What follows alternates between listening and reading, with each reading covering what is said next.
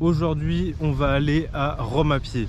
J'en ai pour 1600 km, je crois à peu près. On va traverser beaucoup d'endroits et vas-y, hein, je pense que ça va me prendre 2 mois. On verra. 50 jours, 2 mois. Alors, avant tout, il faut que je revienne un peu en arrière pour vous expliquer comment on peut se retrouver à vouloir marcher de Paris jusqu'à Rome.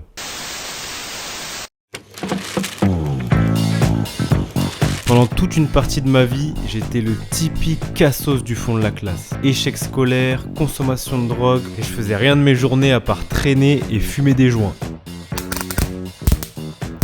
Et honnêtement, je le vivais super bien. Mais un beau jour, j'ai été frappé par la foudre. Ça a cassé quelque chose en moi et j'ai commencé à avoir plein de problèmes bizarres. C'est comme si du jour au lendemain, mon corps et mon esprit étaient tombés en panne. Et j'avais aucune idée comment réparer ça. Mais j'ai vite compris que c'était parce que j'avais eu un mode de vie trop toxique et qu'il fallait à tout prix que je retourne à la santé. Puis un jour, je suis tombé sur la phrase d'Hippocrate. La marche est le meilleur remède pour l'homme. Et cette phrase, dont on ne sait même pas si elle est vraiment de lui, elle a résonné dans ma tête. Donc, le jour où le confinement s'est terminé, j'ai marché de Paris jusqu'à Lille. Aujourd'hui, je me suis dit que j'avais besoin de prendre un peu l'air. Du coup, je vais aller à Lille à pied depuis Paris. Et quelques mois plus tard, de Paris à Marseille. Il y avait voir ma fille quand elle était plus jeune.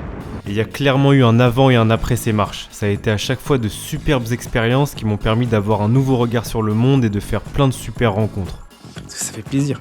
Peut-être qu'il passe bien, Cornelius. T'es trempé chez moi, t'as vu, je te fais une big sourire direct, tu m'as dit ton histoire, tu fais tellement plaisir, gros.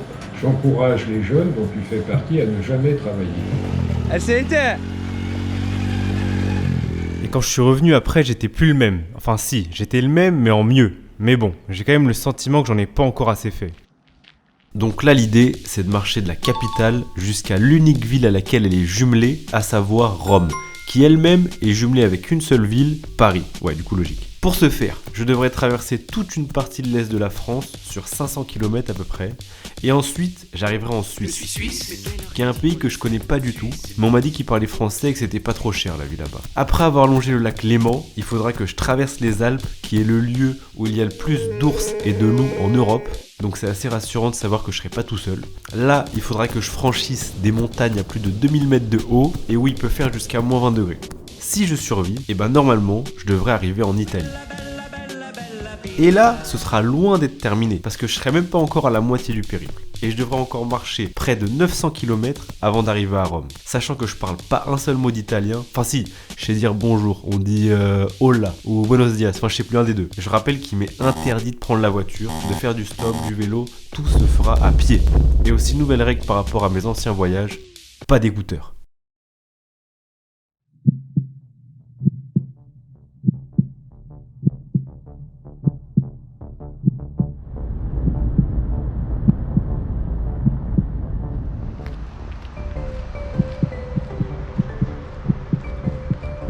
Le premier jour, c'est toujours le plus difficile. D'ailleurs, j'ai repoussé ce jour plusieurs fois avant de partir. Mais maintenant que c'est fait, je suis autant excité que inquiet. Mais j'ai surtout du mal à réaliser que je pars pour de vrai. J'ai marché 20 km là, je fais ma première pause, je suis complètement en nage. C'est la canicule, il faut au moins, je sais pas, 30 degrés, 35. Je suis trempé partout. En réalité, le truc qui m'angoisse le plus, c'est pas le fait de devoir marcher toute la journée sur de longues distances. Moi, j'ai peur de la nuit. Dormir tout seul dans la tente en pleine nature, c'est pas du tout mon truc. Je regarde pas forcément un super souvenir de mes précédents voyages. Il y a un sanglier qui a traîné autour de la tente jusqu'à 2h du matin. Je vous jure que c'est vrai, je l'entendais. La nuit, dehors, on voit rien, on entend plein de bruits bizarres et on se sent vulnérable. Je peux pas m'empêcher de m'imaginer que je vais me faire attaquer par un tueur en série, une sorcière ou un esprit maléfique. Mais bon, le truc c'est que j'ai encore une 60aine de nuits à passer avant d'arriver à Rome si jamais j'y arrive un jour, alors il faudra bien que je m'y habitue. Alors, débrief de la première journée. C'est très bien, j'ai marché 40 km à peu près. Donc ouais, bah c'est cool, hein, c'est une bonne marche. Là je m'en vais de ce pas me faire un sandwich au saucisson parce qu'il y a des bancs là-bas. Et voilà.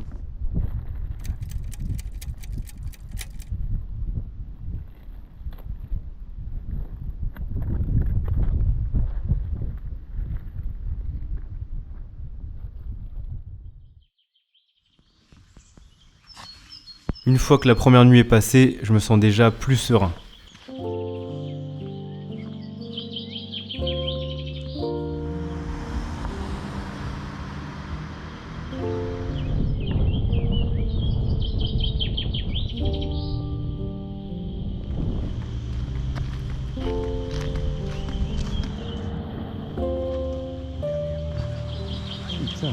Directement, le fait d'être en pleine nature me fait du bien. Je me sens plus détendu et mieux moralement.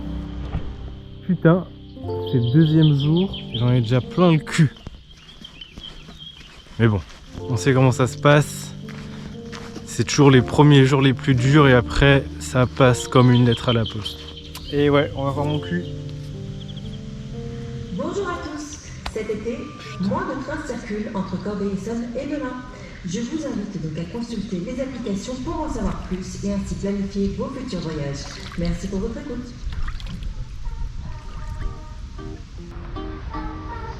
Pour l'instant, physiquement ça va. C'est pas le fait de marcher qui est difficile, mais c'est de s'habituer à porter le sac.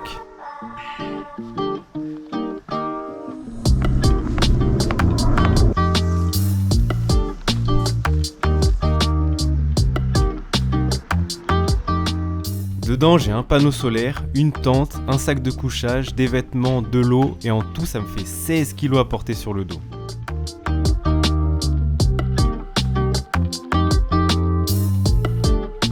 J'ai tout ce qu'il me faut pour être autonome, mais comme je l'ai déjà dit, je déteste dormir seul au milieu de nulle part. Donc, le soir du 3e jour, plutôt que de trouver un endroit en pleine forêt ou je sais pas où, j'ai sonné à une porte au hasard et j'ai dit « Bonjour, je vais à Rome à pied, est-ce que je peux mettre ma tente dans votre jardin juste pour cette nuit ?»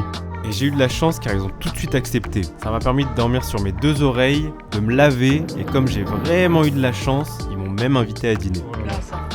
Oh là là, merci beaucoup. Ah, merci. C'est super beau. Tu manges pas? Tu manges? Si, mais j'arrive, mais c'est parce que j'ai 2 mains. D'accord. Oui, c'est vrai, je te vois les aider. C'est intéressant, t'as de la pâte de date, t'as des mangues secs, bananes secs, tu vois, 10%. Toi du coup tu fais combien de vélo Avant mon problème, je faisais, l'été je faisais 110, 120 bandes par jour. Ah quand même. Oui, mais tranquillement. Ouais. Je vais avoir des sacrés... Non, quand même, si t'as des gros mollets, t'as des mollets bien balèzes. Ouais. Ça c'est une des plus belles choses des voyages à pied, c'est qu'on se retrouve à devenir potes avec des gens qu'on n'aurait jamais pu rencontrer autrement. Tu serres, tu serres ici, hop, voilà. Le simple fait de passer des bons moments improvisés avec des inconnus, ça redonne de la force. Là je me promène dans un village désertique, je vois 2 petits vieux qui sont à leur terrasse, commencent à discuter, je me retrouve à passer un super moment avec eux. Voilà, là ils m'ont offert un thermos de café et puis des bons souvenirs surtout. Pas mal celle-là.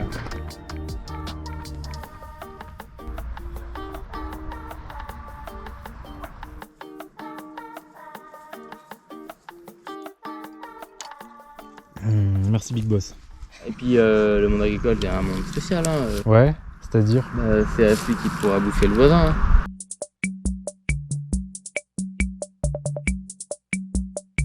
On constate en tant qu'agriculteur, j'ai l'impression qu'on n'est pas toujours bien vu. Ah bon? Les gens autour, bah non. Il y a plein de gens, on a l'impression qu'ils n'aiment pas les agriculteurs. Sûr, on roule pas vite sur la route. Si tu regardes 5 minutes la télé, ils ont qu'à parler du glyphosate. Puis t'as le malheur de sortir le pulvé, t'en as qui se regardent mal quoi. Le quoi? Le plus? Le pulvé.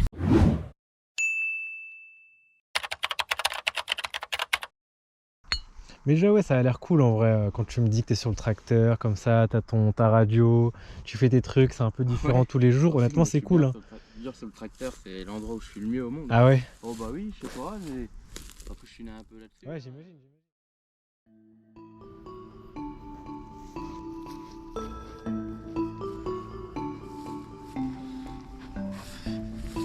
Ça va faire 1 semaine que je suis parti et je suis complètement explosé. J'ai mal partout, j'ai des courbatures et je suis fatigué. Mais je continue quand même de marcher parce que de toute façon, j'ai rien d'autre à faire.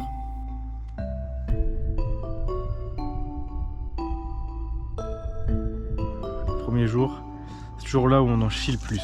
Donc là je me fais un petit cocktail Monster Powerade. Bon, je suis pas diététicien ni médecin, mais avec ça, ça devrait le faire je pense. Alors oui, je confirme, je suis loin d'être un diététicien. Alors je sais pas si je suis un exemple en termes de nutrition, parce que mon régime alimentaire est principalement composé de coca, sneakers, bananes et saucissons. Et puis comme j'ai pas de quoi cuisiner, en général le midi je mange au restaurant et c'est pas forcément pour commander une salade. Allez, après l'effort, le réconfort, saucisson, noisettes, je sais pas quoi, petit sneaker de bouffon et grosse bière de Big Boss. Mais je commence à douter du fait que je puisse parvenir jusqu'à Rome si je suis déjà fatigué après avoir même pas marché 200 km. Et les choses vont pas s'arranger lorsque je vais arriver dans la ville de Tonnerre. Tonnerre, c'est une mystérieuse ville où il n'y a rien qui se passe normalement. Déjà, dans le centre de la ville, il y a un lavoir qui a une source d'eau tellement profonde qu'on sait toujours pas, encore aujourd'hui, d'où est-ce qu'elle provient. Car personne n'est parvenu jusqu'au fond. Mais il est interdit de l'explorer car plusieurs plongeurs y sont morts en essayant de le faire. Une autre légende raconte qu'elle serait aussi profonde car le diable aurait sauté dedans après avoir manqué de corrompre l'âme d'un enfant et entraîna le fond du bassin avec lui jusque dans les abîmes de l'enfer. Mais à Tonnerre, j'ai surtout rencontré Jackie.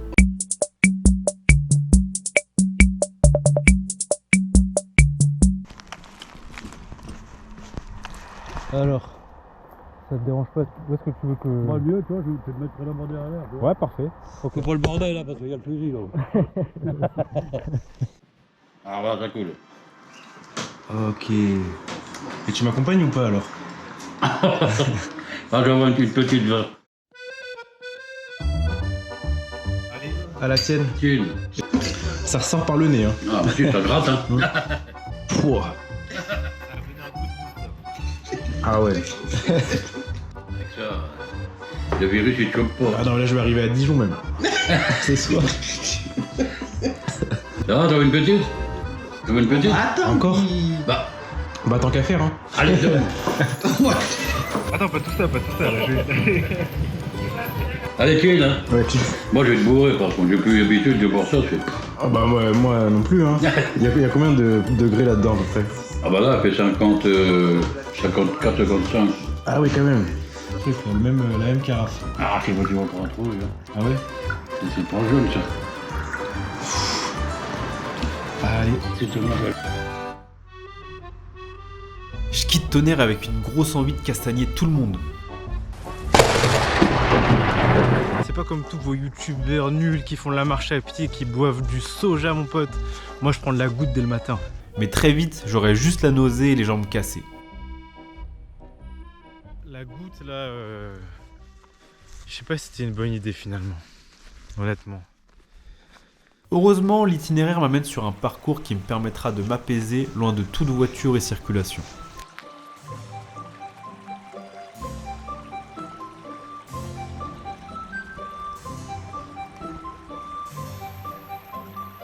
Interdit aux automobiles, je profite de ce cadre champêtre et bucolique pour me faire peau neuve. Ici, aucun kebab en vue, seulement des restaurants qui proposent des formules pour les bobos à vélo, ce qui ne me fera pas forcément de mal.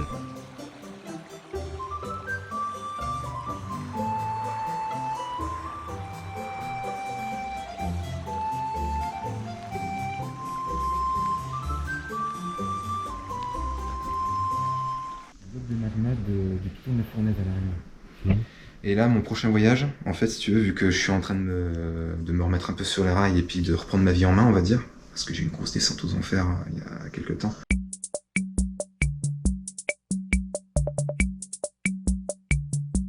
En fait, c'est mon grand-père qui avait ramené ça de...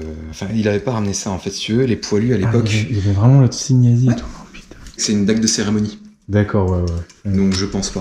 Ah ouais, ça. Merde. C'est pas grave. Désolé. C'est pas grave. Je m'y attendais. Ça, c'est une labradorite. Okay. Si tu regardes les reflets à la lumière, tu vas voir, c'est un petit peu nacré, c'est très joli.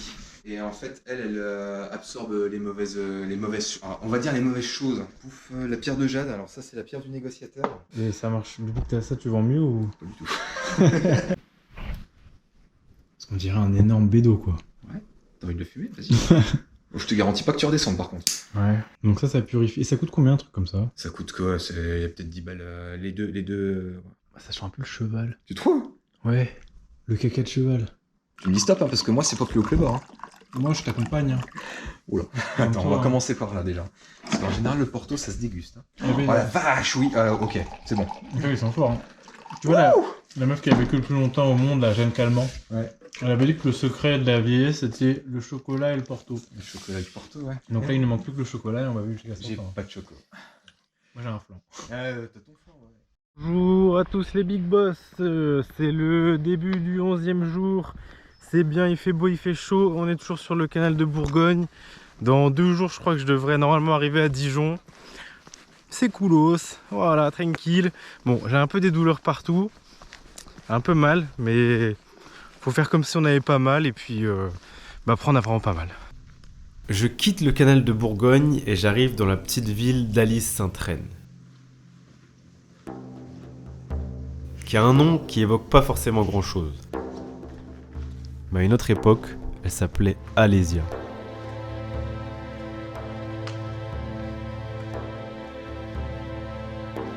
Il y a 2000 ans, c'est là que César a vaincu l'armée de Vercingétorix après plus de 2 mois de castagne. Il y en a eu beaucoup des batailles entre les Romains et les Gaulois, mais celle-là elle a tout changé car ça a été la dernière. Après ça, les Romains ils ont conquis la Gaule et ils ont propagé leur influence. Aujourd'hui on parle le français qui est une langue latine. Notre justice elle est influencée par le droit romain et le christianisme s'est développé à la suite de la conquête romaine. Si les Romains ils avaient pas gagné, ça se trouve aujourd'hui on parlerait une autre langue, on n'aurait pas construit de monuments chrétiens comme le Mont Saint-Michel ou Notre-Dame, et à la place d'avoir des médecins, on aurait des druides. Quand j'ai vu la statue de Vercingétorix et qu'il avait perdu la bataille à Alésia là, il s'est fait niquer par César, j'ai eu envie d'aller jusqu'à Rome à pied et d'aller casser la gueule à César. Et après je me suis rappelé que moi je m'appelais Cornelius et que c'est un peu un prénom romain, donc je sais pas dans quel camp je me situe en fait. Après cette mûre réflexion, je m'enfonce dans un département dont j'avais jamais entendu trop parler, mais pour lequel j'ai eu un coup de cœur et je saurais pas trop expliquer pourquoi.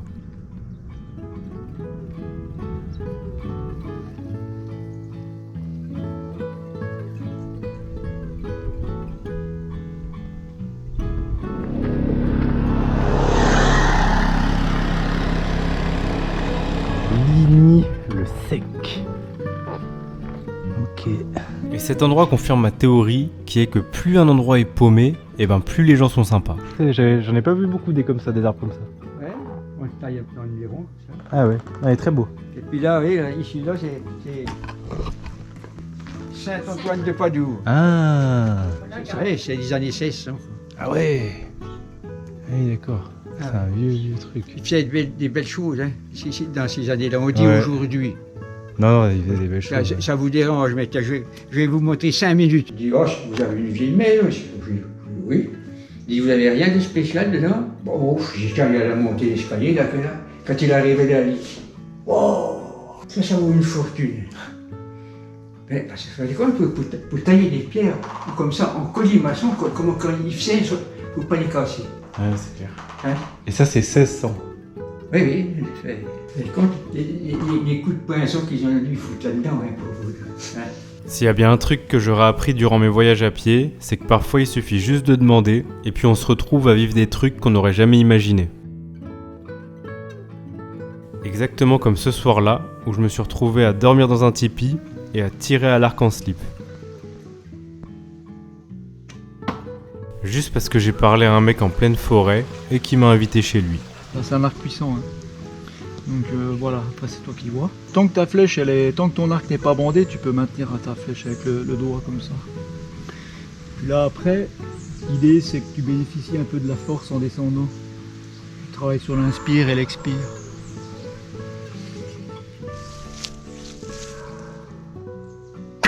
Pouh. Ah ouais.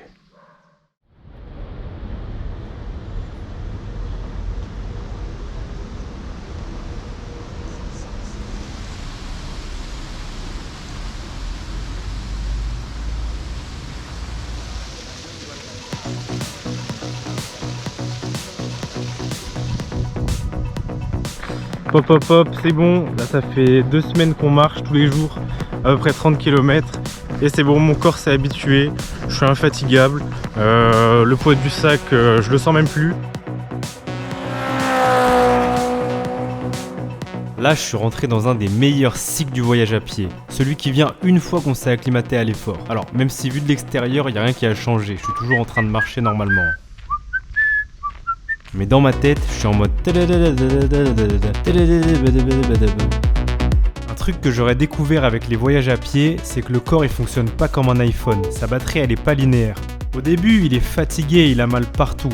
C'est le deuxième jour, j'en ai déjà plein le cul. Mais une fois qu'il s'est acclimaté et qu'il a compris qu'on n'allait pas s'arrêter avant bien longtemps, et ben là, il se met en mode Super Saiyan. Et il a encore plus d'énergie qu'il en avait le premier jour.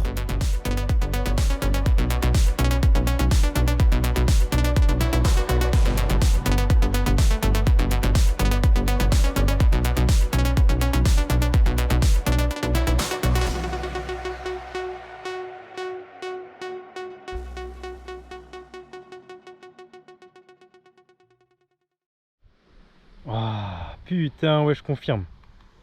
C'est bien de la bœuf. Oh, ça sent le... Ça sent l'huile de CBD un peu. C'est pas de la bœuf qui défonce ça, je pense. Je crois que c'est que de la bœuf... c'est du chanvre. Mais putain, j'avais jamais vu ça de ma vie. Un énorme champ de bœuf. J'arrive dans le département qui a inspiré le nom du film Jurassic Park. Le Jura, parce qu'il y a plein de roches de l'époque des dinosaures, qu'on appelle l'époque du Jurassique, qui ont été découvertes là-bas. Alors je sais pas s'il y a un lien à faire avec les dinosaures, mais les habitants se sont montrés particulièrement généreux et accueillants avec moi. Ah putain, j'avais rien à manger, mais il y a une gentille dame qui m'a donné des tomates. Elles ont un goût super. Donc je sonne à une porte. Et je demande à une dame, ouais, est-ce que je peux remplir ma truc chez vous s'il vous plaît? Elle me dit oui, vous voulez rien d'autre? Je fais allez, un petit café c'est possible, fait pas de problème. Elle me ramène une tasse de café, de l'eau, 2 sandwichs de comté, un comté, un sac avec des fruits. Tranquillement, j'ai passé une super soirée hier avec un garde forestier et sa copine, ils avaient à peu près mon âge, c'était hyper intéressant de voir des gens qui font des métiers, tu vois, des gens de ton âge qui font des métiers exotiques pour moi qui viens de la ville. Et c'est le 17e jour con. Là, j'ai une petite marche de 30 km à faire. Je dois aller chercher un ami. Enfin, retrouver un ami qui arrive à 14-15 heures à 30 km d'ici. Donc, il faut que je marche 30 km sans m'arrêter aujourd'hui. Un ami va me rejoindre quelque temps et ça va me changer. Parce que c'est vrai que les gens sont particulièrement accueillants avec moi le soir et ça, c'est super. Mais pendant les journées, moi, je suis complètement seul. Enfin, c'est pas tout à fait vrai, je suis pas complètement seul. Bonjour les amis. Ah mais je vous avais pas vu vous. Non, viens en paix. Salut les mecs. Comment ça va putain? Tranquille, on boit de l'eau. Hop. Hop. Ah. Alors bonjour, je me présente, je m'appelle Cornelius, je vais à Rome à pied. Est-ce que je peux traîner avec vous un peu? Je sais pas si t'es un âne. Toi je sais que t'es un cheval, mais toi t'es quoi?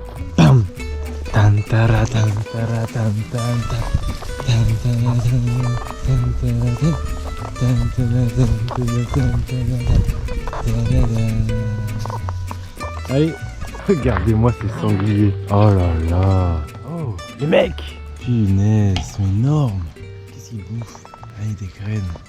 Eh oui, bonjour monsieur. Ouf.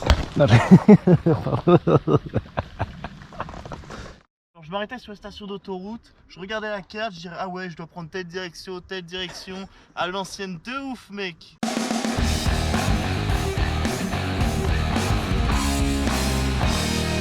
Regarde mon gars ce que j'ai pris, regarde. Psilocybe mexicana, Flesh of the Gods.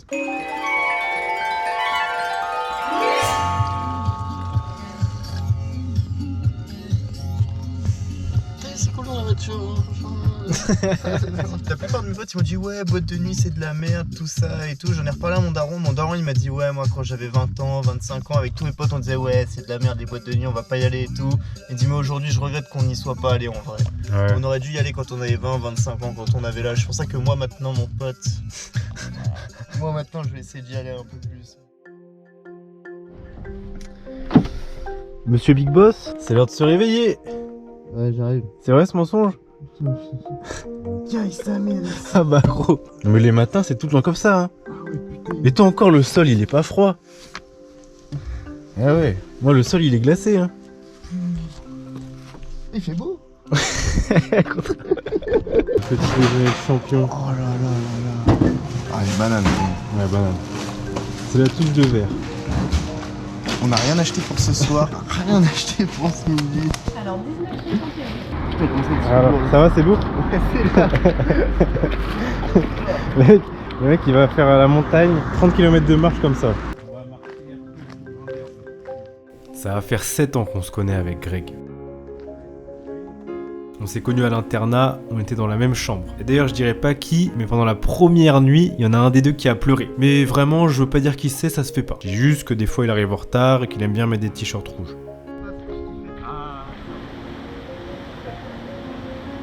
En vrai, c'est un peu grâce à Greg que je me suis mis à faire des voyages à pied. Un jour, il m'a appelé et il m'a proposé de venir chez son oncle qui venait d'acheter un gîte en montagne en Chartreuse. Et là, je vais découvrir pour la première fois la randonnée en montagne. Pendant 3 jours, son oncle nous a fait faire des marches de ouf. Carrément, il y aurait des rumeurs comme quoi j'aurais vomi une fois, mais ça c'est n'importe quoi. Mais bref, après ce séjour, je me suis renseigné sur cette discipline et j'ai vu que c'était possible de faire des randonnées sur plusieurs jours, voire même plusieurs mois.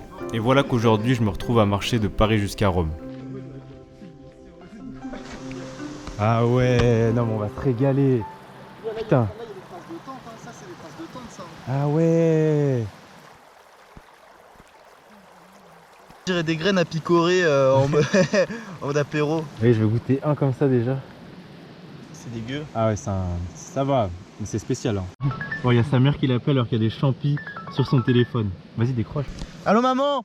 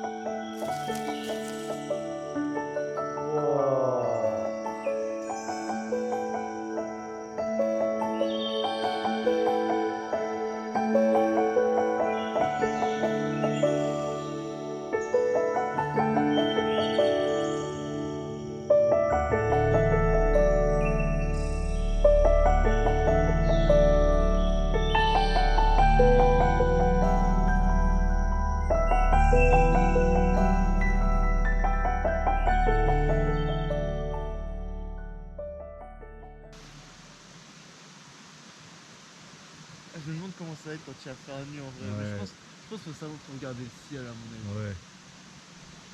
T'as vu l'avion qui passe? Mais déjà moi je le vois en double. Ah ouais.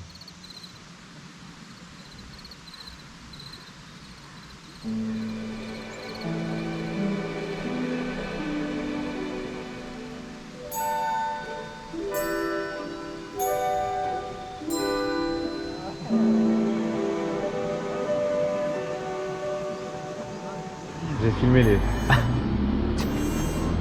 Vas-y, bon courage hein. Ouais. Courage pour la suite, tiens-moi au courant. Avec plaisir. Après des adieux déchirants, Greg retourne à ses études de médecine et moi je reprends la route tout seul sur les derniers bouts de France qui me restent avant d'arriver en Suisse. Mais qu'est-ce que c'est beau. Famille Blondeau-Zizi. Je sais pas si c'est les champignons, mais maintenant je trouve tout beau. Non, honnêtement, j'ai l'impression d'être dans la musique là.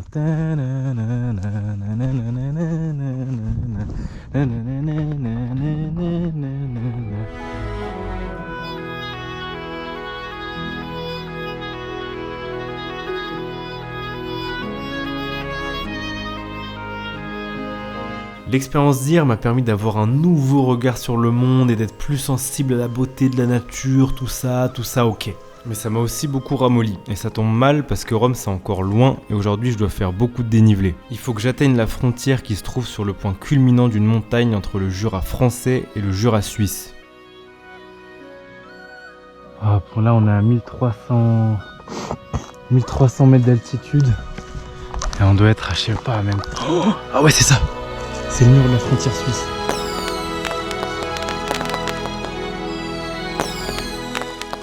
Donc ça veut dire que là je suis en France et là je suis en Suisse, c'est bon.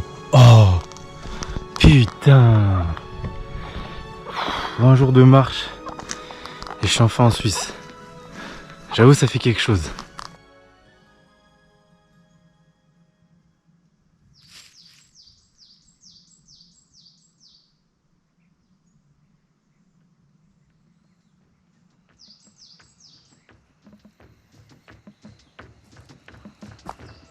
Vite bosser en Suisse.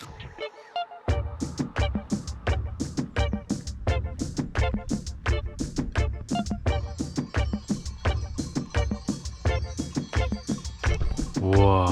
À mon arrivée, je remarque pas trop de différence avec la France au niveau des paysages. Mais il y a quand même un truc dans l'air qui fait que c'est différent. Pas comme la France. Trop la baguette. BM, Porsche, Lotus. Wow. Et dans les garages en Suisse, c'est pas des Peugeot ni des Renault. À cause du fait que ce soit un pays riche et propre, j'avais du mal à imaginer les Suisses comme des gens accueillants. Mais ils vont vite me donner tort. Une porte bonheur le matin. Ah ouais, quand vous voulez. Oh bon, ça me regarde. Oh, tu peux t'installer là. Vas-y donc. Il y a une Je vous douche. remercie. Ah ouais? Ouais. Mais je vous remercie monsieur. Oh, bah, tu sais, moi c'est gentil, les gentils voyages, j'aime bien. Là ça me tombe sur le cul. J'arrive en Suisse, je demande à une personne, plutôt sympa, pour mettre ma tente dans mon jardin, parce qu'il n'y a pas le droit de mettre les tentes légalement. Bon. Puis moi je suis une flippette, je préfère dormir dans le jardin des gens. Du coup il me dit oui, mais non, mais essayez plutôt là-bas, nanana. Bon je dis ok, pas de problème, j'ai demandé à votre voisin. Son voisin, pareil. Je me dis, vas-y, je continue ma route. C'est ça, moi je monte en altitude, c'est pas grave, je vais me geler les couilles, mais bon, c'est pas grave, ça fait partie du périple. Et là, je rencontre un gars. Et c'est même pas moi qui commence à l'aborder, c'est lui qui dit, eh ben alors, qu'est-ce qui se passe? Je lui dis, bah, il se passe que je vais à Rome à pied et je voulais savoir si je peux mettre ma tente dans votre jardin. Il me fait, je préfère pas un dortoir? Je dis, bah, je peux mettre ma tente. Il me fait, non, je préfère pas un dortoir. Je dis, bah, ouais. Et boum, dortoir. Un dortoir, comme ça, lit, j'ai le choix. Carrément 4 lits. J'ai la télé. Je peux même me faire cuire un truc. Putain, de l'eau qui chauffe. Et surtout des toilettes. Et surtout une douche. Même là, tu vois, je peux voir ce que je vois. Je me vois là. Ah ouais, on peut vous voir là. Moi, je vois comme ça. Et tu vois, avec ça, comme ça, on peut le poser. Ah. Si jamais je veux marcher pour faire mine de... Ouais. Qui tu peux enregistrer comme bête là? Oh, en fait j'ai des cartes. Et les cartes, elles peuvent enregistrer 4 heures de vidéo. Ça me dure 2 semaines à peu près, 4 heures. Et j'en ai 4. Ouais. Mais comment présentes tu filmes? Oui, là, vraiment, je filme. Putain, t'enregistres aussi. Ah là, ouais, là, ça enregistre. Là, ça enregistre. Bah, si vous voulez dire quelque chose que vous avez sur le cœur, c'est le moment. Non, à part que je vieillis trop vite. Ah. Mais on n'y peut rien. Hein. On n'y peut rien.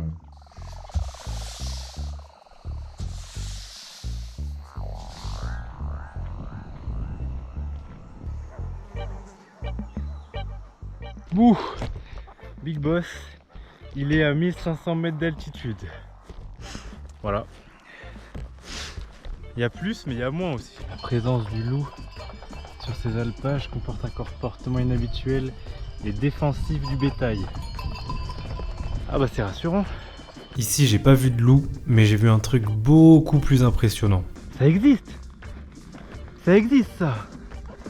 Punaise. Wow.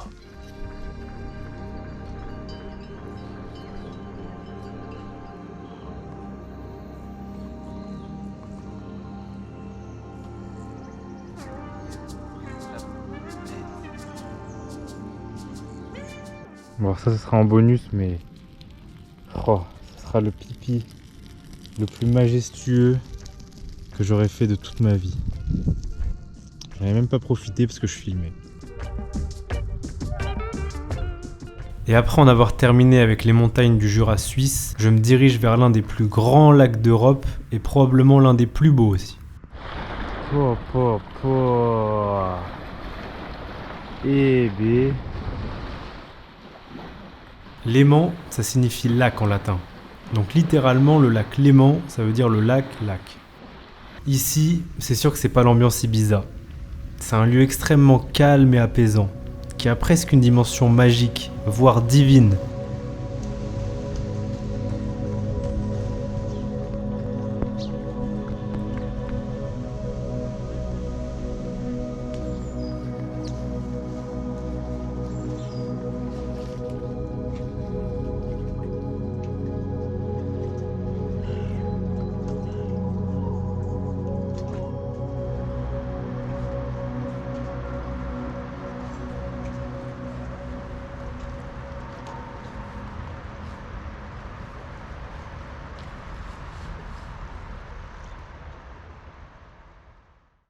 Oh, sur la maison là, il y a écrit 1998 avec les briques, enfin avec les tuiles. Et c'est mon année de naissance. Coïncidence ou je sais pas. La région de Lavaux, qui est collée au lac Léman, est classée au patrimoine mondial de l'UNESCO, en raison de ses vignes incroyables qui datent du Moyen-Âge. Et bah dis donc, il y en a de la vignasse par ici. Mais le vin n'est pas spécialement connu à l'étranger, car ils exportent même pas 1% de leur production. C'est la peau qui donne la couleur. Hein. D'accord. Si tu prends un raisin rouge, tu le presses, le jus il est blanc à l'intérieur. Ah bah dis donc, ça je savais pas. Il y a combien de litres dans les tonneaux là? Alors, ils sont tous de tailles différentes. Mais, ah ouais. Le plus gros c'est 4700 litres. Là on fait des blancs, et là dans les barriques on fait des rouges. Et toi t'es plus rouge ou blanc? Blanc. Ah ouais. Le canton de Vaud c'est une région de blanc.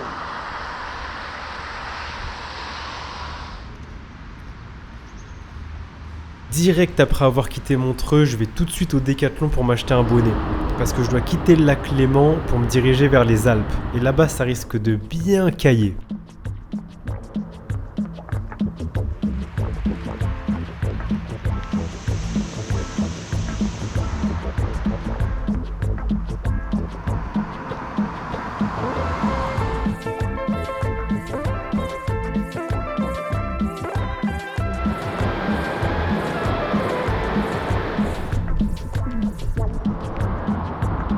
Salut les jeunes. Bonjour messieurs. Alors ça c'est des amis, tireurs. D'accord, enchanté. Organisateurs. Vous pouvez jeter un œil dedans.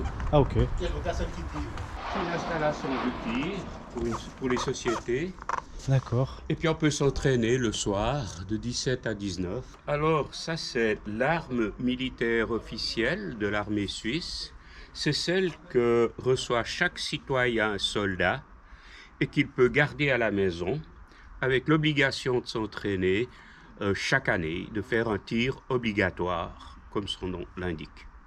Et donc celle-là, vous l'avez reçue quand vous avez fait votre service? Celle-là, je ne l'ai pas reçue quand j'ai fait mon service. J'ai fait mon service militaire il y a 55 ans. Il y avait à l'époque une autre arme, et je l'ai rendue parce que je suis officier, et j'ai un pistolet officiel à la maison. Et est-ce que vous faites un peu de chasse à cause de ça ou c'est juste du tir que vous faites? La chasse, je la pratique au restaurant.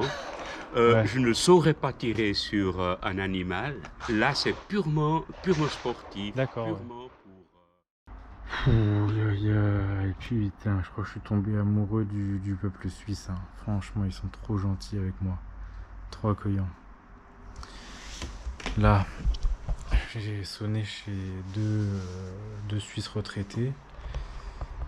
Ils m'ont donné des gâteaux, des fruits, du raisin parce qu'ils cultivent des vignes. Pour demain, j'ai café avec du sucre. Et en plus, ce soir, je dors dans un hamac.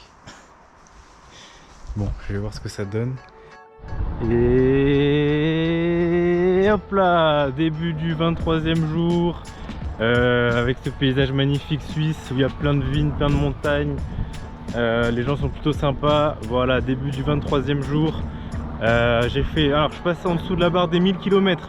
C'est bon. Là il me reste plus que 1000 km. Plus que ça. C'est tout. Vous êtes quoi comme animaux vous? Oh, Bakar.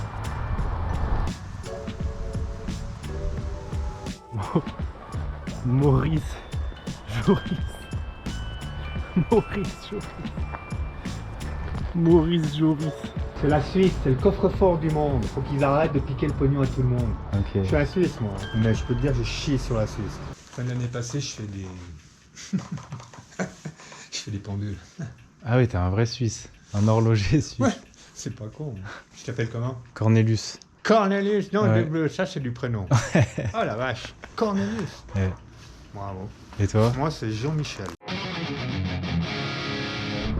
Ça part des États-Unis, Canada jusqu'en Australie. Cette ligne-là, c'est les pires trous du cul de la planète. Nous, malheureusement. Mais on n'est pas d'accord. T'es d'accord? Ça, c'est la tête de Coucou Clan. Je vois Jésus aussi. Ouais, c'est Jésus, ouais, en effet. Bah, tu vois, Jésus, ouais. Tu vois, ça, c'est marqué AK-69. AK-69, ouais. Je connais AK. Anarchiste, complotiste 69.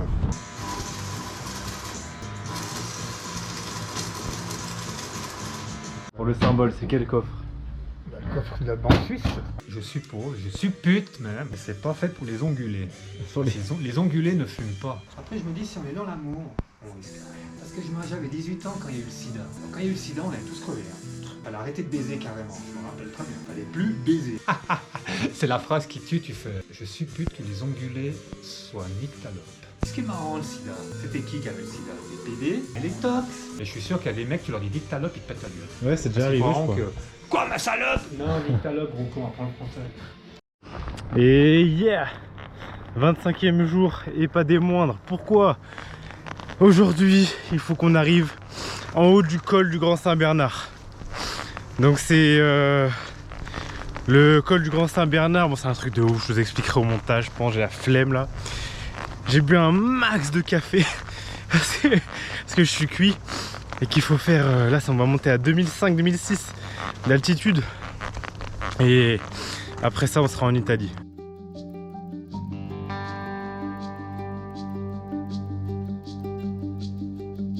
Pendant des millénaires, le col du Grand Saint-Bernard, c'était le point de passage le plus important pour traverser les Alpes. Si tu voulais passer du nord au sud de l'Europe, t'étais obligé de passer par là. Il était emprunté par les voyageurs, les commerçants et même les armées. Comme celle de Napoléon en mai 1800, qui avec 42 000 hommes a franchi ce col pour surprendre les Autrichiens. D'ailleurs, l'une des représentations les plus célèbres de Napoléon le représente lors de ce moment et s'intitule « Bonaparte franchissant le col du Grand Saint-Bernard ». Au Moyen-Âge, le col du Grand Saint-Bernard était surtout utilisé par les caravanes de marchands et les pèlerins. Ils étaient donc la cible idéale pour les brigands qui les pillaient et parfois même les tuaient. Mais de nombreux voyageurs mouraient aussi à cause des conditions climatiques extrêmes. En raison de sa haute altitude, la montagne du Grand Saint-Bernard est sujette à des conditions météorologiques difficiles. Des tempêtes de neige, des vents violents et des températures très basses y sont fréquents. Et c'est pour ça qu'au XIe siècle, Saint Bernard de Menton, qui eut pitié des malheureux qui mouraient régulièrement sur le col, fonda l'hospice du Grand Saint-Bernard, au sommet de la montagne.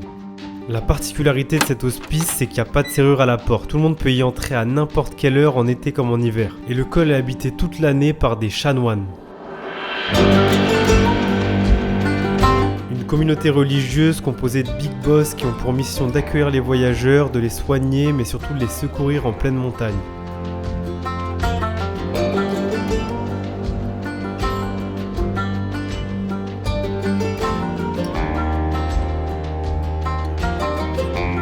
Notamment avec l'aide de chiens, car c'est justement à l'hospice qu'a été créée la fameuse race de chiens Saint-Bernard.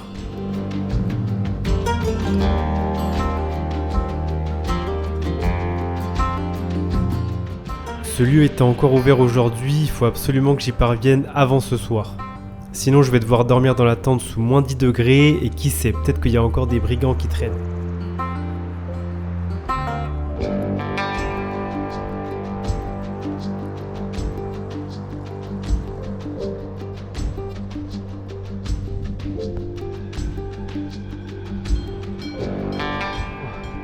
Il y a de la neige. Ah ouais, mais regarde en même temps l'endroit dans lequel je suis.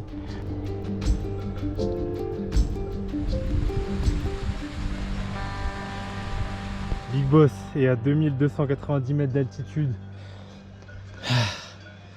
Ça c'est ce qui est derrière moi. Ça c'est ce qui m'attend.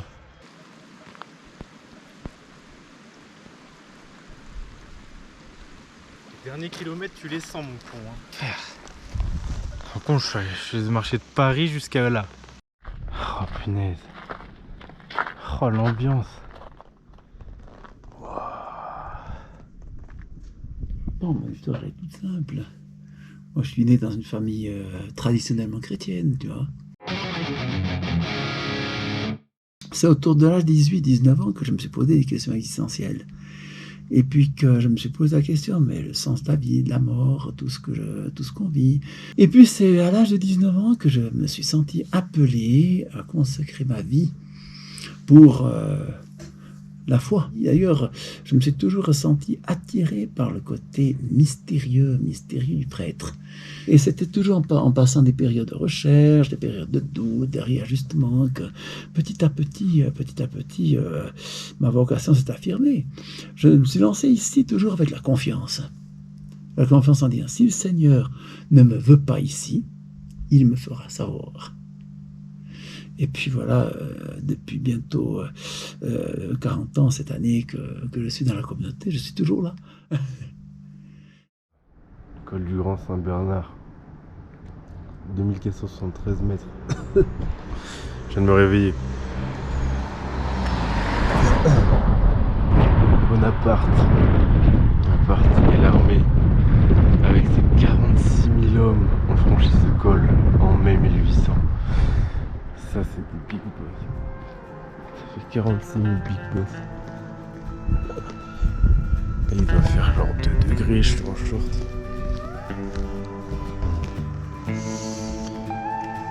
Oh putain, là-bas c'est l'Italie.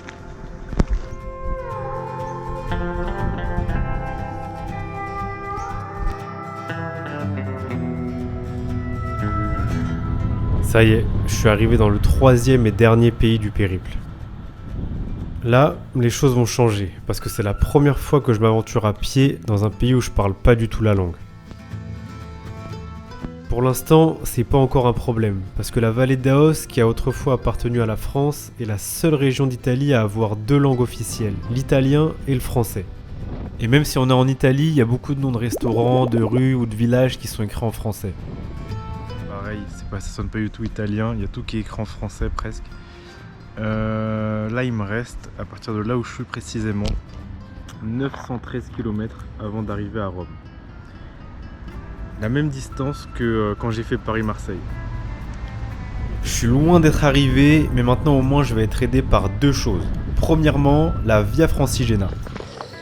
Alors voilà, quand on voit ça, ça veut pas dire version française, mais Via Francigena. C'est un peu con, mais c'est que lorsque j'ai franchi le col du Grand Saint-Bernard que j'ai appris l'existence de cette route. La Via Francigena, c'est comme les chemins de Compostelle, mais pour aller à Rome. C'est un chemin de pèlerinage qui commence en Angleterre et qui passe par la France, la Suisse, le col du Grand Saint-Bernard, jusqu'à Rome. Donc c'est un chemin spécialement conçu pour les marcheurs. Maintenant, j'ai plus besoin de regarder mon téléphone toutes les 5 minutes pour voir le trajet. J'ai juste à suivre les innombrables panneaux et signes qui indiquent la route jusqu'à Rome. Ce qui rend le trajet beaucoup plus agréable. La deuxième chose qui va m'aider, c'est la cuisine et les prix italiens, qui contrastent un peu avec ceux de la Suisse. 2,50€ cette glace. On est sur la même longueur d'onde. Honnêtement, je suis curieux de voir ce que me réservent l'Italie et les Italiens. Encore une fois, je suis autant excité qu'inquiet.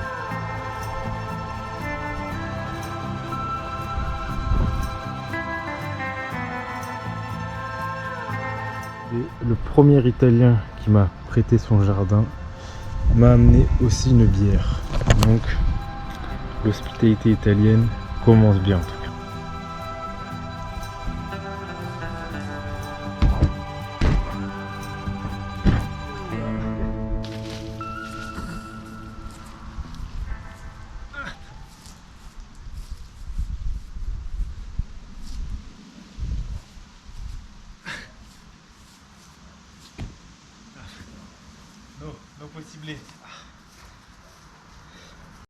Hop. Et là, il y a un autre voisin qui m'a apporté à manger. Une voisine maintenant qui m'a apporté un plat de pâtes. Oh là, les Italiens, mais ça commence très très bien.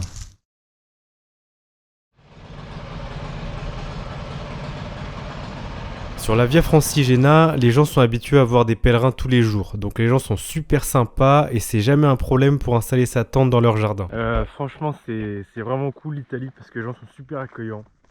C'est beau. Mais le seul hic, c'est la barrière de la langue.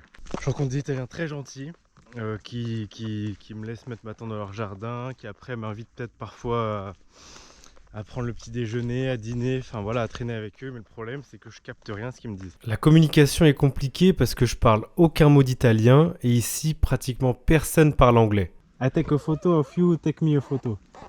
Io faccio la foto a te? No? No, I take a photo.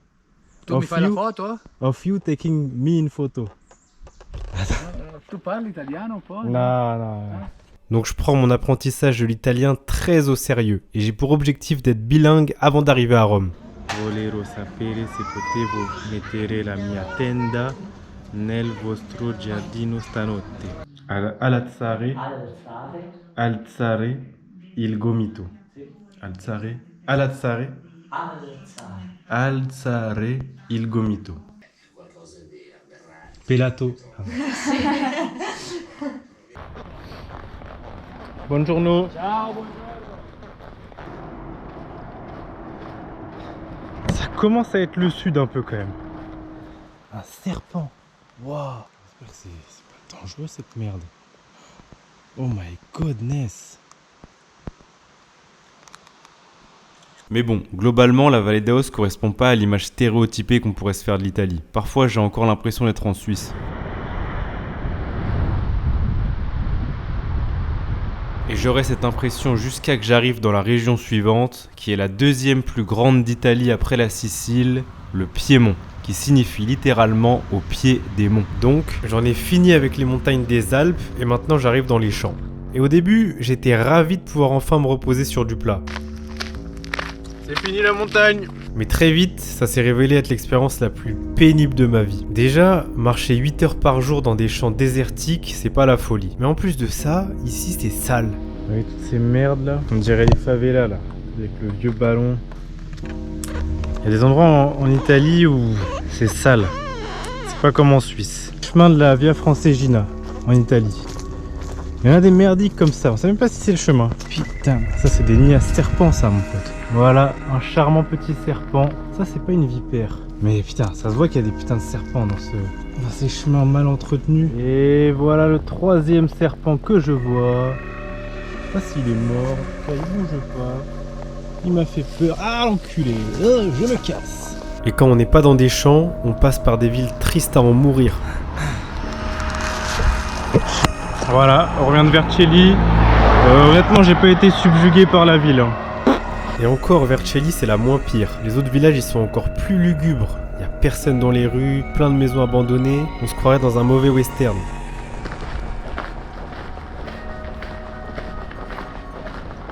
Oh là là, je viens de traverser un de ces villages chelous. Tout était abandonné. Même l'église, elle avait l'air abandonnée. J'avais quand même l'impression qu'il y avait 2-3 personnes qui vivaient là-dedans. J'ai vu un chien qui aboyait même pas. Mais le plus gros problème de l'endroit, c'est surtout qu'il est envahi de moustiques. Oh, mais par contre ici c'est vraiment l'enfer. Hein. Il n'y a que des moustiques. Mais ils arrivent par centaines. Regardez comme je suis tout piqué. Je sais pas si ça se voit. Je suis piqué, dévoré. Piqué. Il faudrait que je vous montre mes bras, mais je sais pas si je vais y arriver.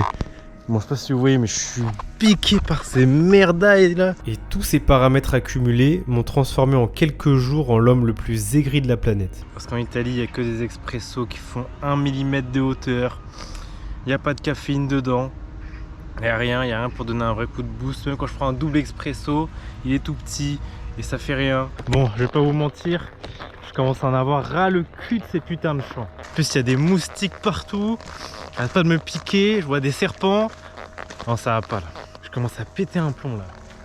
Ça fait à peu près 1 heure ou 2, je viens de me rendre compte que j'étais en train de chanter tout seul. Je crois que c'est le fait de pas parler avec d'autres gens Ça me pète un plomb le mec.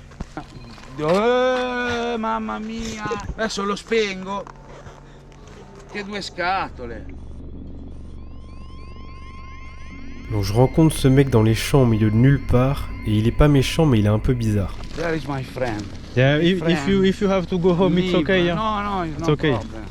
But because I like this. Il insiste lourdement pour m'amener dans un endroit spécial pour les pèlerins, en me faisant passer par un autre chemin que la Via Francigena car c'est plus court selon lui. Je le suis mais je garde mon opinel bien serré dans ma main au cas où. Sarebbe 1, 1, 0 Yes. più bravo diciamo. Sarebbe 110 e lode. Ai stadi 110, it's normal. Je comprends rien à ce qu'il me raconte et toutes les 5 minutes il y a un mec qui l'appelle. Your name, sorry. Cornelius. Cornelius. Ho conosciuto Cornelius. Je commence à me dire que ça sent pas bon cette histoire, mais rien à faire, il veut pas me lâcher. I want to help you because it's very late. No, but it's okay. No, for you. Bisogna vedere se perché only dovrebbe esserci sempre.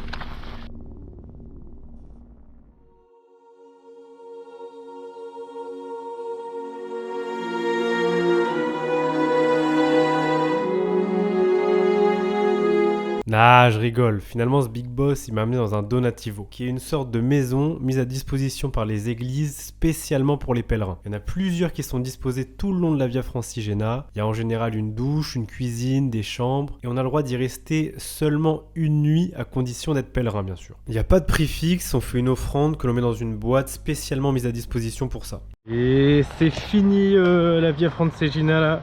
Maintenant, direction Genova. On va stopper un peu la Via Francigena pour quelques moments. Et après on va la reprendre quand on arrivera, si jamais on y arrive, à Lucca. Je quitte la Via Francigena pour faire un détour par Gênes. Le chemin sera encore rempli d'endroits déprimants et de villages bizarres. Je sais pas, là il y a tous les carreaux cassés d'une ancienne usine.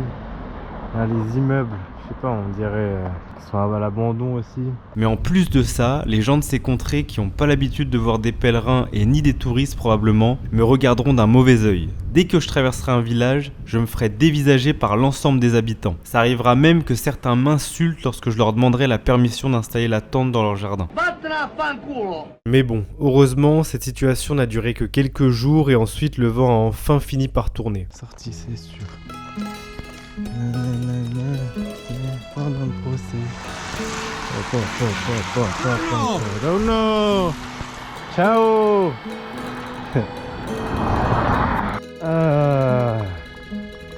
Bah voilà. Enfin ça recommence à être beau. Parce qu'avant ça, c'était l'enfer. Merci la claque.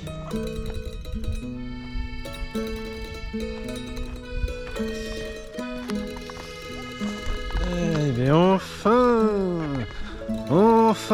là je me régale, enfin des paysages stylés, qui ont de la gueule. Parce qu'avant c'était pas ça, je suis désolé, c'était à chier. Voilà. Et là par contre, c'est de la frappe.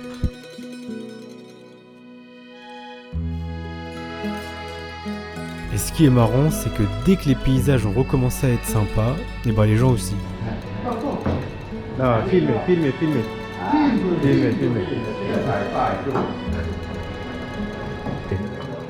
È umido e secco. Non devi secco. Grazie mille. Comment? Coltello ce l'hai? Bon, même si je comprends toujours rien à ce qu'on me raconte. Regione Veneto. Grazie. Stai attento che è pericolo andare da solo nei boschi. Stai attento. Dans certains villages paumés, je vais tomber sur des restaurants qui sont même pas inscrits sur Google Maps et qui pourtant sont une expérience à part entière. J'arrive dans le restaurant, je dis mangiare, possible? Bien sûr. Je m'assois, je m'installe. Boum, le mec qui m'amène une bouteille de vin. Direct, vin rouge. Sans étiquette. Et je me dis putain, ça va me coûter une blinde, c'est pas grave. J'enquille des spaghettis à la bolognaise. Après, du poulet avec des frites, donc j'enquille 2 plats. Et ensuite, donc il y a d'autres gens dans la salle et tout. Ils commencent à me parler, tu vois, c'est des Italiens, ils sont avenants quoi. Et les mecs ils commencent à me dire, tu veux boire du prosecco? Donc il y en a un gars qui arrive et qui me donne du champagne à boire, boum, j'enquille le champagne, après il me resserre un autre verre, boum, j'enquille, je prends un dessert, je prends un café, et je me dis putain ça va encore me coûter, de l'argent cette histoire. Et il y a tous les gens dans le restaurant qui se parlent, il y a plusieurs tables mais tout le monde se parle, même le patron il fait du tourisme entre tables. Donc il va entre toutes les tables, hey, la gars, ciao la gars, il parle et tout. Boum, je me dis putain, bon allez, je vais être ruiné, mais c'est pas grave, au moins j'en perds ma bouteille. Elle est tombée. Je demande l'addition, 15 balles. 15 € pour une bouteille de vin rouge, 2 plats, un dessert, un café. En Suisse, à ce prix-là, j'avais juste le café.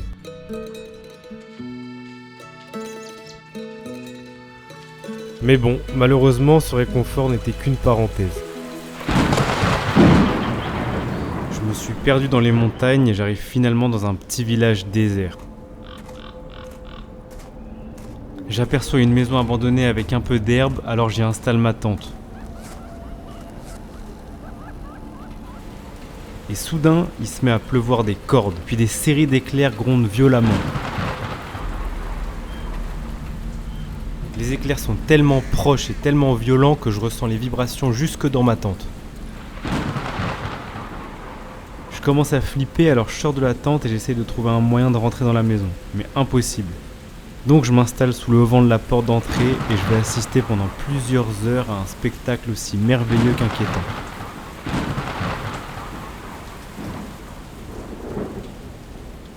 Et comme c'est dangereux de dormir dans une tente lors d'un orage, alors je vais rester à le contempler jusqu'à qu'il s'arrête, c'est-à-dire jusqu'au petit matin.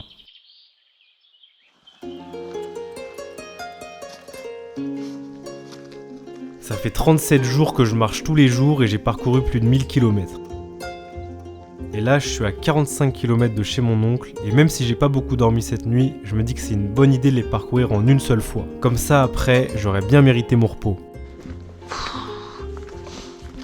45 km de marche, c'est long, mais 45 km dans des chemins de montagne qui font que monter et descendre, c'est encore plus long. Et le temps presse parce qu'il faut que j'atteigne la banlieue de Gênes avant que la nuit tombe à 19 h. Sinon, je serais coincé dans le noir et j'ai plus de quoi m'éclairer. Là, aujourd'hui, c'est un peu la merde parce que je dois taper 45 km pour arriver à Gênes. Le problème, c'est que j'ai 9% de batterie dans mon téléphone et j'ai plus aucune batterie ni rien. Ça fait 4 jours que je me suis pas douché, j'ai pas mangé ce matin ni hier. Mais bon, faut le faire, faut y arriver.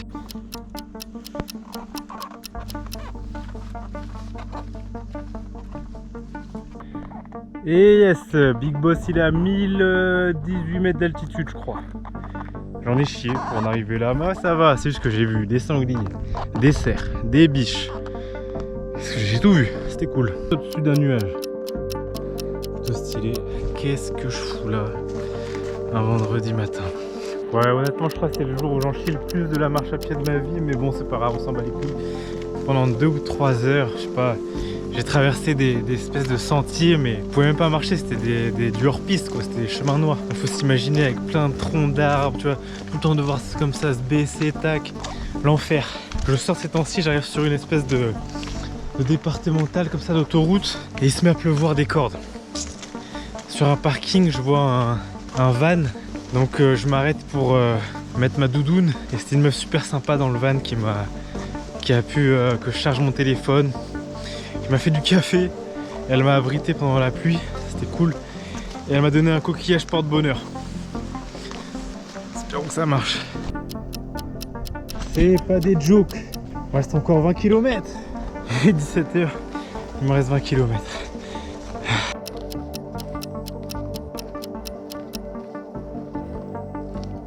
Qu'est-ce que ça fait du bien de voir la mer.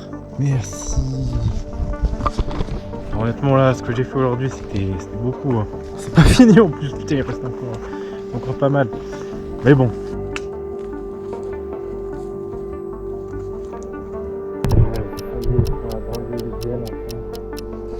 Aujourd'hui là, pour l'instant, on a fait 36 km quand même, tu vois. 36,5. 36,5. Plus que 10 km.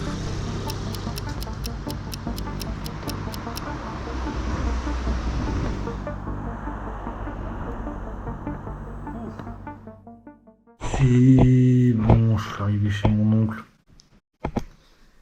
Ça fait du bien, ça fait du bien. J'ai un lit. Il fait chaud. Il fait chaud. Ça fait du bien. Tac. Et regardez cette vue de Big Boss chez tonton. Ah là là là là. Alors ce qui est marrant, c'est qu'en Italie, enfin, je sais pas si c'est qu'en Italie, mais en tout cas chez tonton en Italie, le linge, on peut que le mettre comme ça, avec un système de clics. Je pensais rester 2 jours, mais finalement je vais rester 5 jours à Gênes.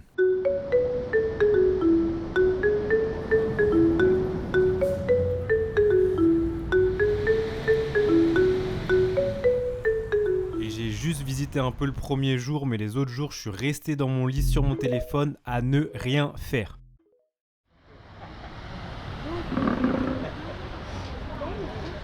They are looking for food. Yeah. It's dangerous if someone is eating on the beach because they attack to take the food. It's already arrived. They already attacked someone who was eating? Yeah. Okay. Normally we saw them at the mountain, not at the beach.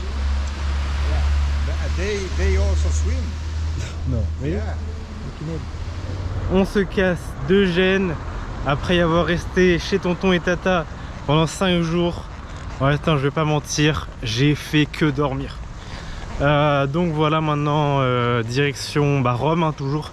Contrairement à ce qu'on pourrait croire, je ressors de ces 5 jours encore plus fatigué qu'à l'arrivée. Et mentalement, c'est pas mieux. Je vois plus le fait de marcher jusqu'à Rome comme un défi, mais comme une corvée.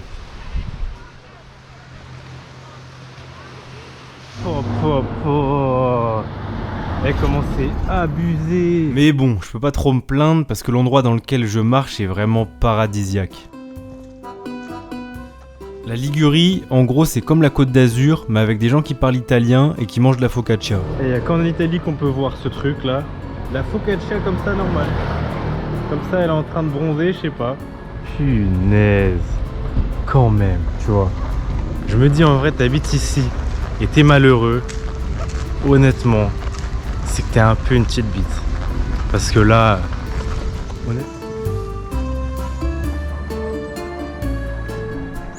dire qu'à un moment donné, ça c'était la France sous Napoléon. Putain, le bon vieux temps, mon pote. Mais attention, c'est pas parce que c'est beau que c'est facile d'y marcher. Ah, on est marre du dénivelé là. Regarde ça, putain. Regarde ça. Ça fait des heures que c'est comme ça, putain. Il n'y a pratiquement jamais de plat, c'est beaucoup de montées ou beaucoup de descentes. Mais bon, qu'on soit en haut ou en bas, dans les 2 cas on se régale.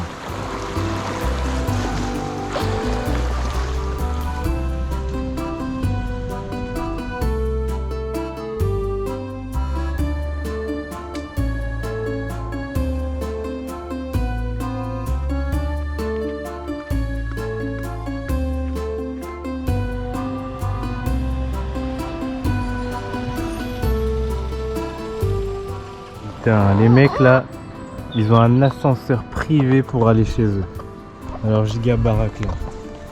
Avec leur putain de bagnole là comme ça. Putain. Et ils doivent avoir au moins 1000 €. Tout comme la Côte d'Azur, la Ligurie est une région chic. Et comme toute région chic qui se respecte, les habitants y sont moyennement accueillants. Alors je sais pas si on voit très bien, mais Big Boss il est à côté d'une départementale. En train de bouffer, enfin en train de manger une pizza. Voilà, on commence comme ça. Alors on dirait pas, mais il est que 19h30 là. Il fait nuit noire. Voilà. Là je suis tranquillement en train de marcher, boum, ça c'est comme ça tous les jours. Hein. Je fous la haine. Bref, mais il y a un seul hic, mis à part que les gens ils parlent pas français, c'est les moustiques. Oh putain, mais ils ont des moustiques, on est en octobre, je me fais dévorer de partout. Bref, j'en bave. J'arrive dans un endroit qu'on m'a vendu comme étant l'un des plus beaux de la planète. Mais sauf que je suis d'humeur exécrable. Premier village des 5 terres. Et il n'y a rien de plus nul que les endroits touristiques comme ça. Hein. Pour eux c'est froid ça. Je sais plus, je crois que c'était Montesoro le village, là, premier village des 5 terres. Honnêtement, oui, c'est beau, mais tellement de touristes, mon gars. Et que des gens qui viennent pour faire des photos Instagram. T'as des Instagrammeuses, des Instagrammeurs qui viennent. Vieille ambiance pétée dans ce village. Bref, là, on va aller au deuxième. J'espère que ce sera moins plouc. Bande de plouc. C'est de plus en plus nul les 5 terres. Pour accéder au sentier, il faut payer 7,50 €. C'est-à-dire que juste pour marcher là, il faut payer 7,50 €. Et en plus d'être payant, le sentier est bondé. On doit marcher collés les uns aux autres comme si on était sur la ligne 13. Putain, j'ai compris pourquoi c'est payant. Parce que c'est l'autoroute en fait. Et toutes les 2 minutes, ça s'arrête pour prendre des photos. Et puis il y a les gens qui font le sentier dans l'autre sens. Donc ça fait un bordel insupportable. Nul à chier, frère. Allez, c'est bon, putain. Alors que j'avoue c'est stylé, j'avoue c'est beau. Oui, c'est beau, mais ça a rien à voir avec le petit village de pêcheurs qu'on essaye de nous vendre. C'est fini ça, c'était peut-être vrai il y a un siècle. Tout le charme a été détruit à cause du tourisme de masse. Là-bas, ça a concentré tout ce qu'il peut y avoir de plus naze. Il y a des restaurants plus chers qu'à Paris, c'est rempli de boutiques de souvenirs à la con et les marchands de glace sont aussi sympas que des contrôleurs. Tout est un bluff et contrairement à la légende, les maisons étaient peintes avec des couleurs vives qu'à la fin des années 70 dans le but de ramener des touristes et de faire tourner l'économie locale. Et ils ont bien réussi leur coup apparemment. Les 5 terres, c'est la preuve que l'être humain est capable de transformer le paradis en une énorme chiasse. Pour conclure, si vous voulez vous faire une idée de ce que c'est les 5 terres, vous allez dans une ferme et vous demandez à intégrer un troupeau de moutons. Ou alors plus simplement, vous allez à une heure de pointe à Châtelet ou dans un centre commercial le dimanche.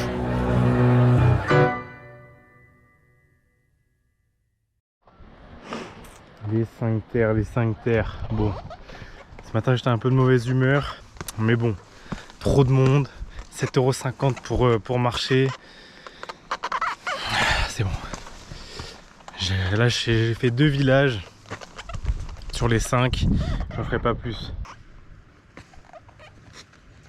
Allez. Ciao les 5 chers. Et oui, jeu de mots incroyablement drôle. Pas les 5 terres mais les 5 chers. Tout est méga cher là-bas. Parce que c'est de l'enculage de tourisme, de touristes. Bon, je les comprends, hein, mais bon. 7,50 € pour marcher sur un sentier. C'est le début du 48e jour. Et j'ai vraiment besoin de prendre une douche parce que là c'est chaud. Ah, je suis sale. Ah, je me dégue. Mais bon, tranquille. Là, on va arriver à Massa normalement ce soir. Voire même peut-être Lucca. On sait pas, on verra. Et voilà.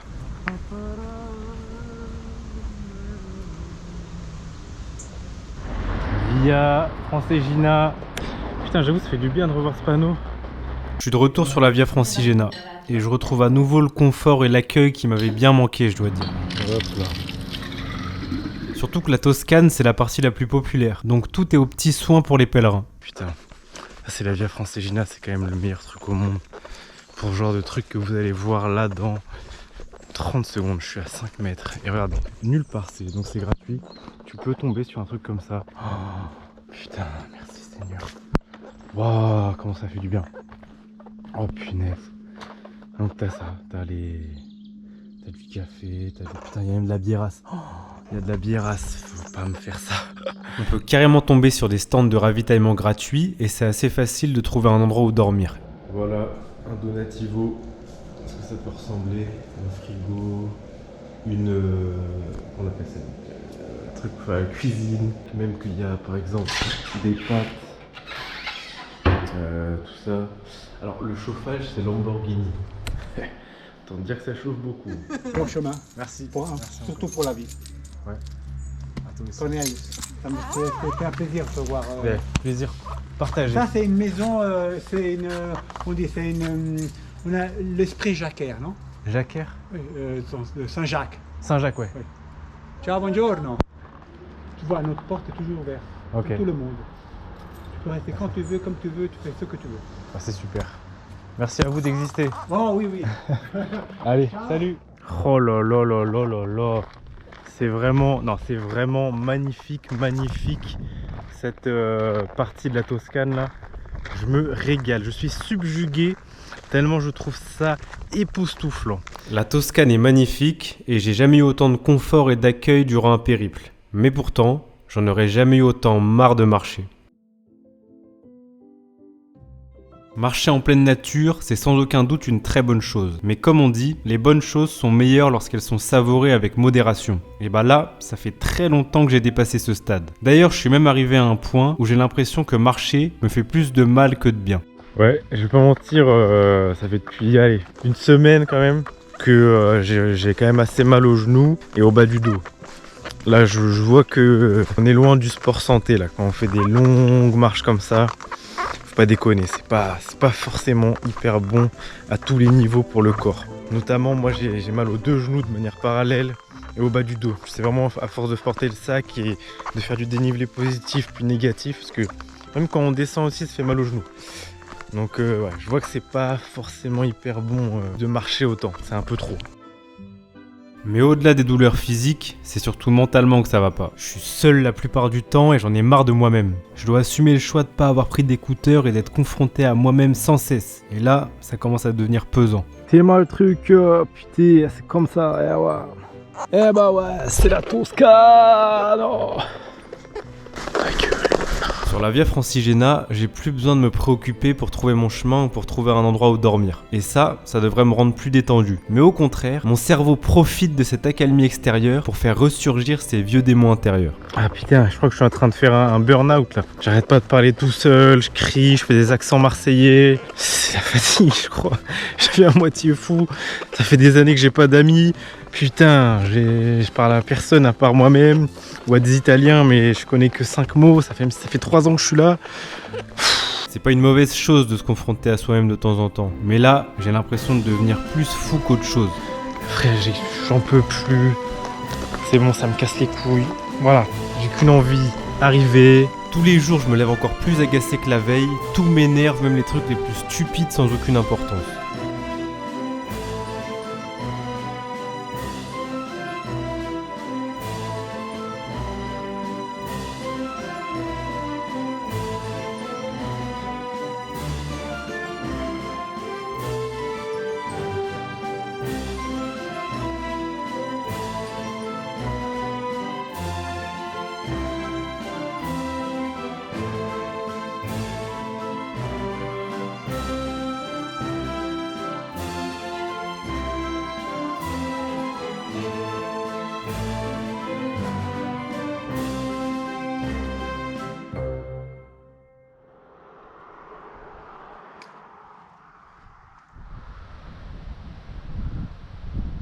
J'ai passé la tempête et je me sens un peu plus serein. Je commence à sentir l'odeur de l'arrivée et ça me fait retrouver un semblant de calme. Plus je me rapproche de Rome et plus je croise des pèlerins. Le voyage touche presque à sa fin et je suis autant excité qu'inquiet.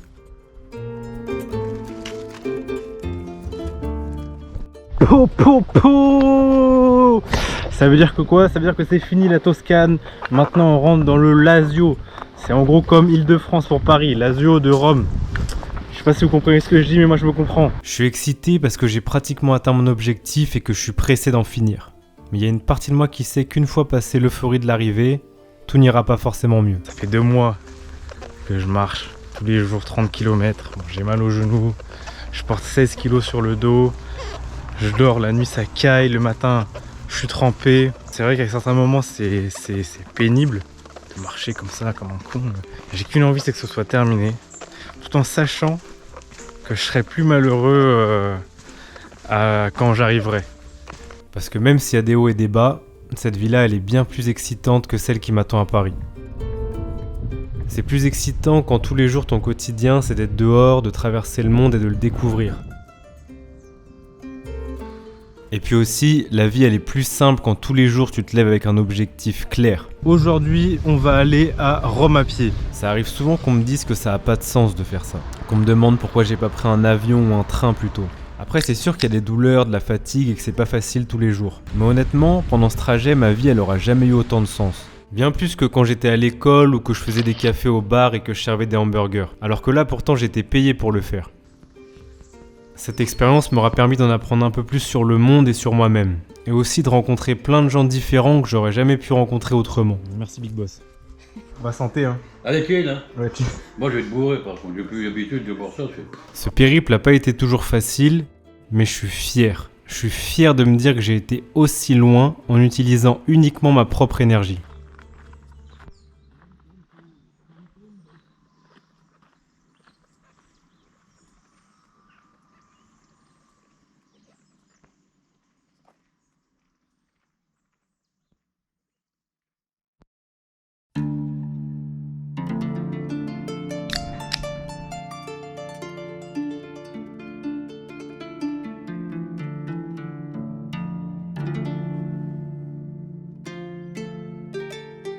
Après 64 jours et plus de 1600 km de marche, j'arrive finalement aux ultimes moments du parcours. Voilà, j'ai juste l'impression que c'est une journée normale. Sauf que ce sera la dernière. La dernière sur 64 jours, putain. Mais contrairement à ce que j'aurais pu penser, ça me fait pas plus d'effet que ça.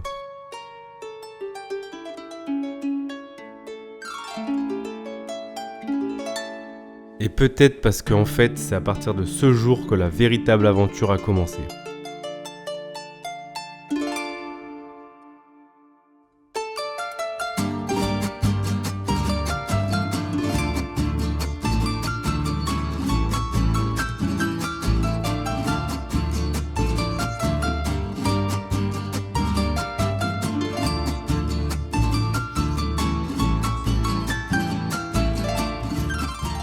Et ouais, je vais y vivre pendant plus de 2 ans, sans même rentrer une seule fois en France. Et c'est vraiment à partir de là que ma vie a commencé à changer. Avec le soleil et la sympathie des Romains, je vais me sentir plus à ma place. Et puis je crois que le fait d'être arrivé à pied, ça va me donner une bonne étoile. Déjà, je vais rapidement trouver une chambre dans le centre de Rome avec 3 super colocs italiens. Je vais me prendre en main, je vais devenir beaucoup plus discipliné et je vais me retrouver à faire plein de trucs que j'aurais jamais fait si j'étais resté à Paris. Je vais pas vivre que les bons côtés de la vie à Rome, mais ça va me faire grandir et surtout, je vais faire plein de super rencontres.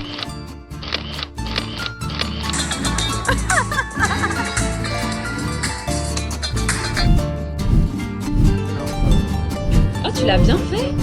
C'est super naturel.